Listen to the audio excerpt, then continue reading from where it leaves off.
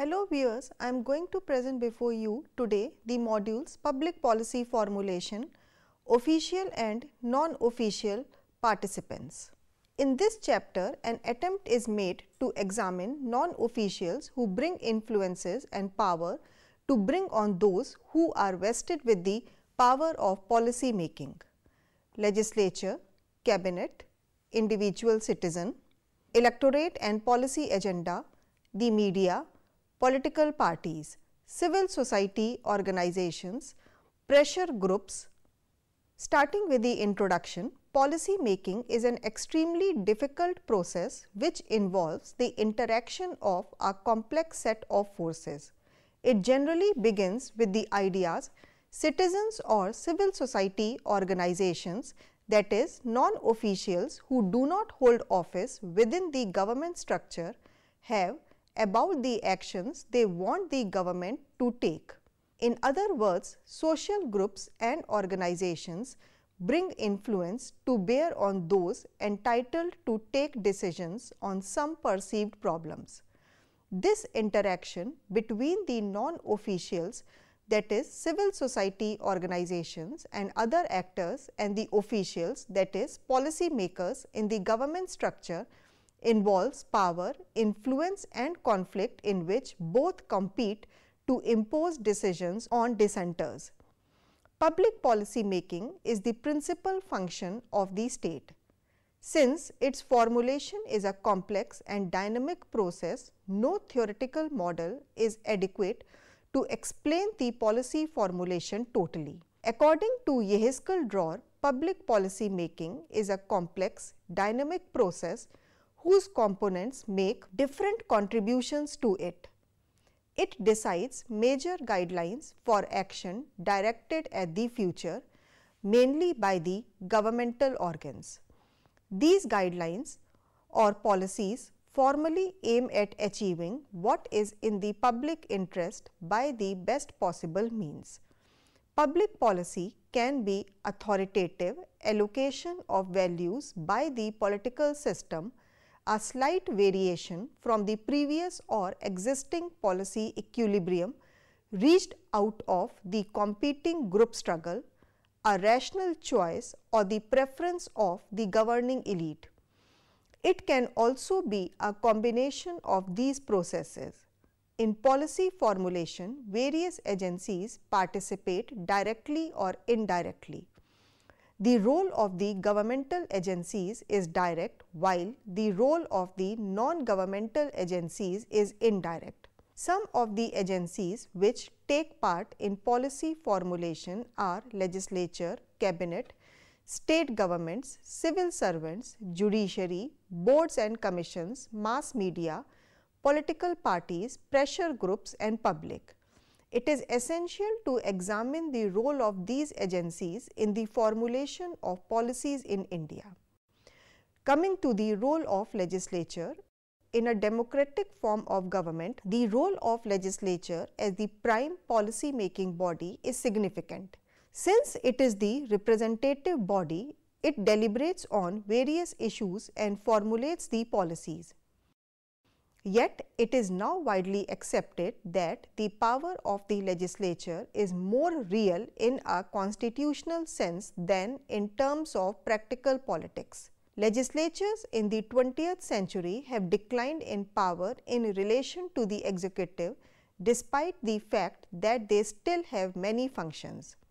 It is now regarded as a constitutional procedural device for legitimizing the policies and decisions of government rather than as an independent policy making unit. The members of the ruling party, having the majority, push through various policy initiatives which are formulated by the cabinet, having planned within the respective ministries after consultation with affected interests or concerned communities. It is observed that there is a high level centralization of policy initiative and policy making, at least so far as major policy initiatives are concerned, and what is more nearly, all the functionaries and institutions involved in policy making have implicitly accepted the role of the Prime Minister.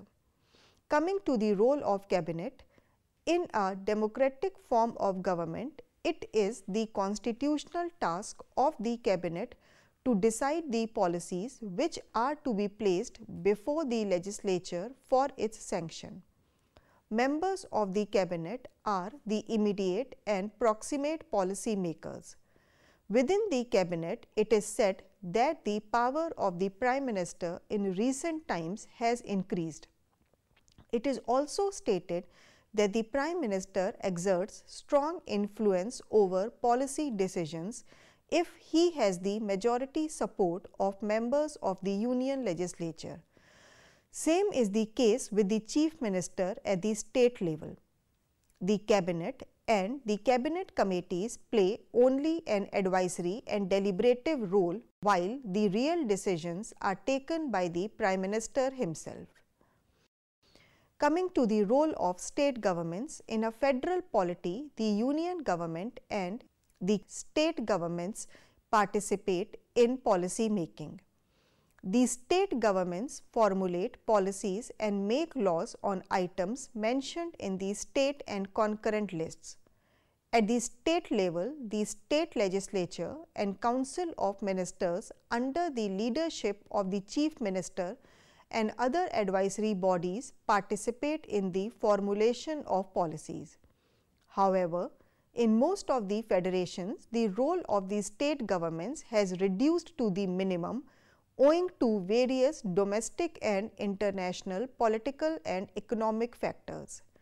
S. R. Maheshwari observed that since the financial resources are concentrated in the central government, the states have necessarily to look to the center for funds. It is axiomatic, according to the center's mode of thinking, that one who provides money also exercises control, and the states are thus made to look to the center more and more, especially since the adoption of the socio-economic planning in the 50s. Coming to the role of permanent boards and commissions.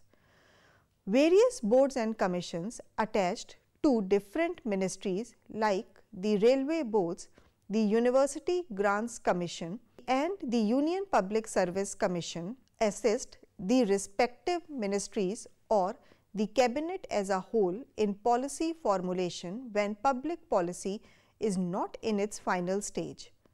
Next, coming to the role of ad hoc commissions or expert committees. Apart from boards and commissions which are permanent in nature, the government also constitutes ad hoc expert committees or commissions to seek recommendations regarding administrative reforms and policy initiatives. For example, in the field of education, the Government of India constituted the University Education Commission under the chairmanship of Dr. S. Radhakrishnan, the Secondary Education Commission under the chairmanship of Shri L. S. Mudaliar, and the India Education Commission under the chairmanship of Shri D. S. Kothari. The recommendations of these commissions in the field of education provided the basis for various policy initiatives by the government. Notable among the policy initiatives was the National Policy on Education of 1968. It was almost a precedent in the field of education to formulate the policies based on the recommendations of the commissions. The only exception is the formulation of National Policy on Education 1986, which was formulated after a public debate on the status paper Challenge of Education, a Policy Perspective 1985 by the government itself. Coming to the role of bureaucracy, public servants at the top management level assist the ministers in policy making. They are recruited in theory to send to the ministers by earning out their decisions. Yet, in reality, they exercise much more power in the making of public policies than the formal description of their responsibilities suggests. The administrator, who is concerned with the ends and not merely with the means, is called upon increasingly to provide the rational elements in policy process. The role of administrator in policy making is to clarify the choices open to politicians and to anticipate their consequences. The bureaucracy in the developing countries plays a dominant role in policy making. Administrators, both specialists as well as generalists, are part and parcel of various policy making bodies like the Union Home Ministry, the Niti Aayog, the UGC and other expert bodies. One can notice the fact that in case of formulation of the National Policy on Education 1986, also the bureaucracy played an important role because of the non-constitution of a full-fledged commission. It is noticed that policy in general is being increasingly made at the level of the Prime Minister's office. When the latter takes the initiative in an area, other bodies become merely ratification organs and many among them have been forced to remain idle as a result. Coming to the role of judiciary, the judiciary is also regarded as an important agency in the policy making process. In the United States and India, constitutions entitle the Supreme Courts to exercise judicial review. Policies in many areas have been influenced by judicial decisions. Coming to individual citizen as policy maker. The citizen is the center of object for policy analysis. The policy sciences should, as Laswell long ago hoped, function in such a way as to facilitate the interaction between the citizen and his problems. The issue is how citizens can make a real and meaningful input into the policy process. In our democracy, public opinion has an important role to play in policy formation. Public opinion is a source of public power that gives rise to demand and shapes the policy agenda of the political parties. In a representative democracy, it is assumed that power emerges from the people. Through legislature, the representatives of people frame laws and decide policies by a majority vote. Yet in practice, citizen participation in policy making is negligible. Many people do not seem to be exercising even their franchise or engaging in party politics. In politics, groups rather than individual citizens affect the way policy is made. A relatively small group of office holders may be responsible for actions they perform. It can safely be concluded that politics holds attractions for relatively few people. Neither the citizen nor the people are a particularly satisfactory force for analyzing political power. But it is a fact that no government, however dictatorial, can afford to go against the wishes and customs of the people. Therefore, the interests of people matter a lot. Coming to the role of public opinion. Democracy is defined as the government by public opinion. Popular response to government policies provides input in policy making. Public participation also helps in effective implementation of the policies.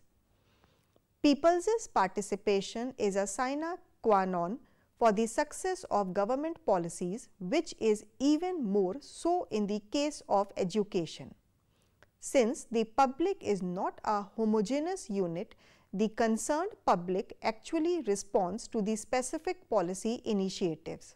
Yehskell-Dror says that planning and policy making are closely interrelated. Planning is also a species of decision making and often overlaps policy making. Planning is a major means of policy making characterized by being relatively more structured, explicit and systematic, and by presuming to be more rational. With the advent of independence, the policy makers felt the necessity of accelerating socio-economic change and ensuring balanced economic development of different regions. The National Development Council, which approves the 5-year plans, provides representation to state governments and thus symbolizes the spirit of cooperative federalism. Coming to electorate and policy agenda. For the majority of voters, voting constitutes an important form of active political participation. In a way, their participation is being influenced by the policy agenda inside and outside government. Voters' choice shape our policy agenda in the following way. The formation of a policy issue, however, does not depend solely on a trigger. A link must be made between a trigger and a grievance or problem from the side of the public, which then transforms the issue into an agenda item. Citizens or interest groups make demands or claims on public officials, elected and non-elected, in the political system for action or inaction on some perceived problems. These demands constitute what is known as policy agenda. Policy agenda is therefore not to be interpreted as political demand. As Cobb and Elder point out that there are two types of agenda. First, the systematic or discussion agenda. Second, the institutional or governmental agenda. Coming to the systematic agenda, the systematic or discussion agenda consists of all issues that are commonly perceived by the members of the political community as meriting public attention and as involving matter within the legitimate jurisdiction of existing governmental authority. It may figure in the newspapers or in the academic studies highlighting the concerns of the people. Action on a perceived problem requires that the problem be brought to the notice of government institution which has the authority to take suitable action. Coming to governmental agenda, a governmental or institutional agenda consists of those issues to which public officials give serious attention. This sort of agenda may arise from policy decisions, Parliament's debate and executive decisions. In comparison to a systematic agenda, an institutional agenda is an action agenda which is more specific. Women's representation in Parliament and the proposal on abolition of Article 370 of the Indian Constitution, to cite a few examples, have been on the institutional agenda for a pretty long time. Old items, it is observed, and to receive priority from decision makers. Policy makers presume that older problems merit more attention because of their longevity and the greater familiarity officials have with them. Next, starting with the impact of media. The role of media in the policy agenda process is an important factor. In creating stereotypical threats, the mass media can shape the context within which policy response takes place and influence public opinion for setting a public agenda in terms of an incident or event. Further, the media bridge the information gap between the citizen and government. They communicate the information to the citizens about the decisions the governments have taken, and thereby media help to shape their reactions to each other's decisions. By publicizing specific issues, the media acts as the most important source of information for the government by reflecting the reactions of public to contemporary issues.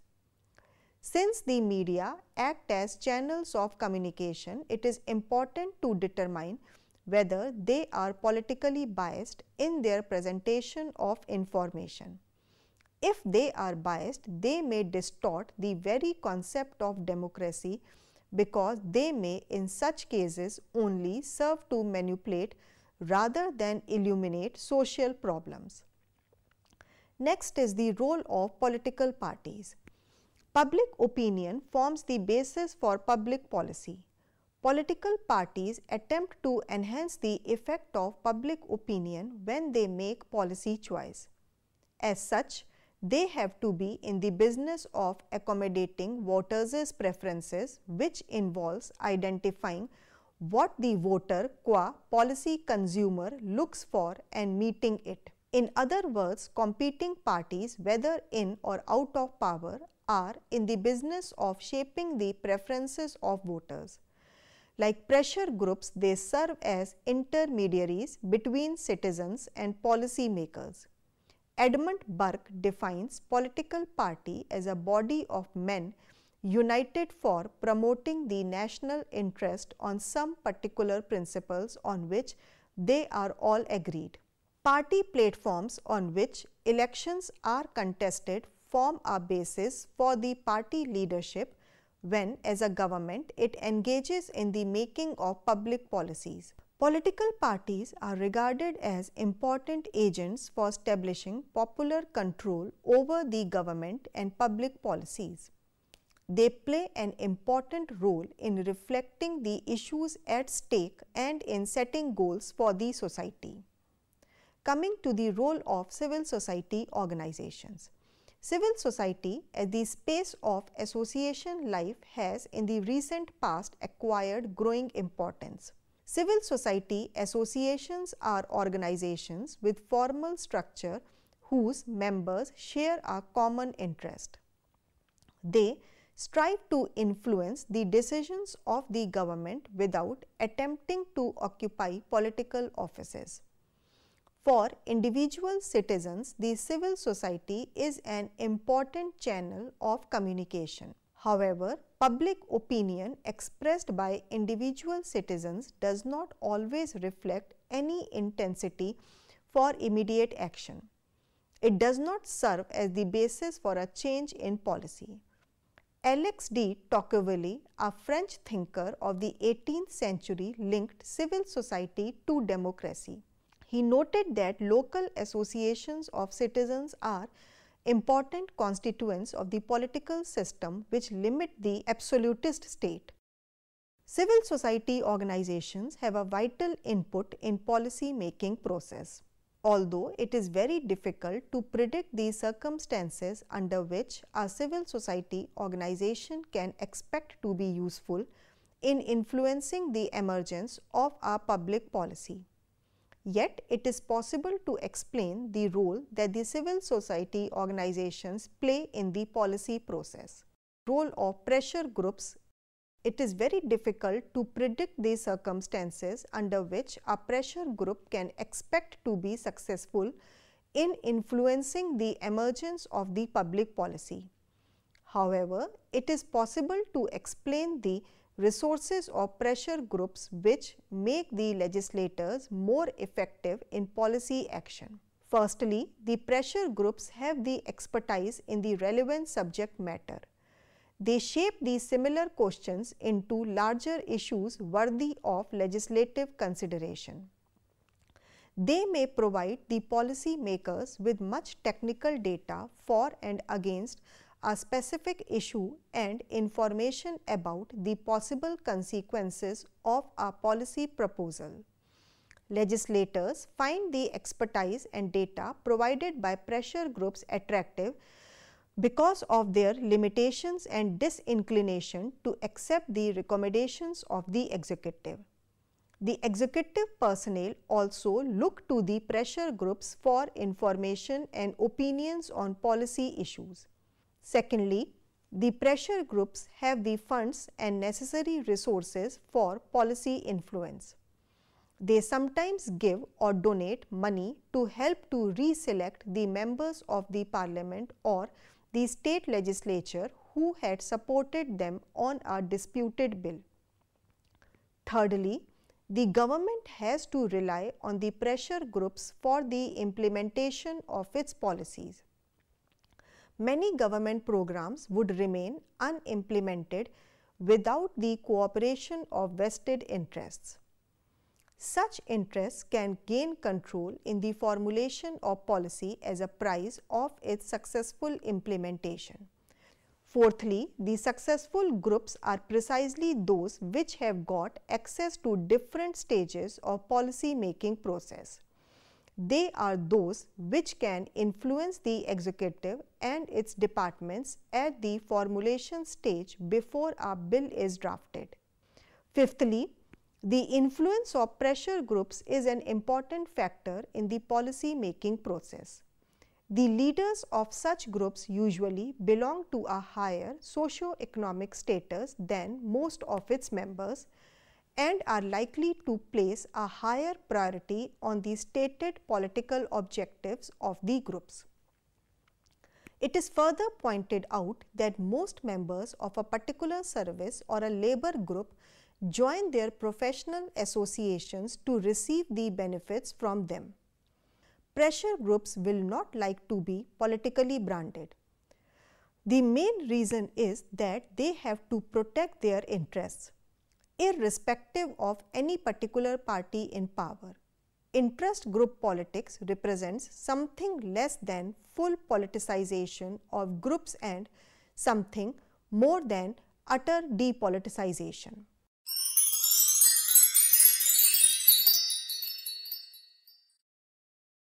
Civil society organizations now form main channels through which influence is brought to bear on policy makers. They can communicate more effectively than individual citizens with public, elected and non-elected officials on policy issues, but they may not overtly reflect public opinion. The policy makers do not always appear to be content to follow the views and opinions expressed by the civil society groups.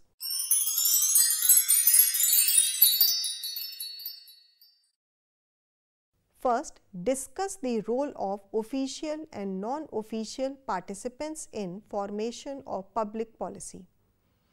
Second, critically evaluate the role of civil society organizations in forming policy. Third, analyze the role of pressure groups in influencing policy formulation.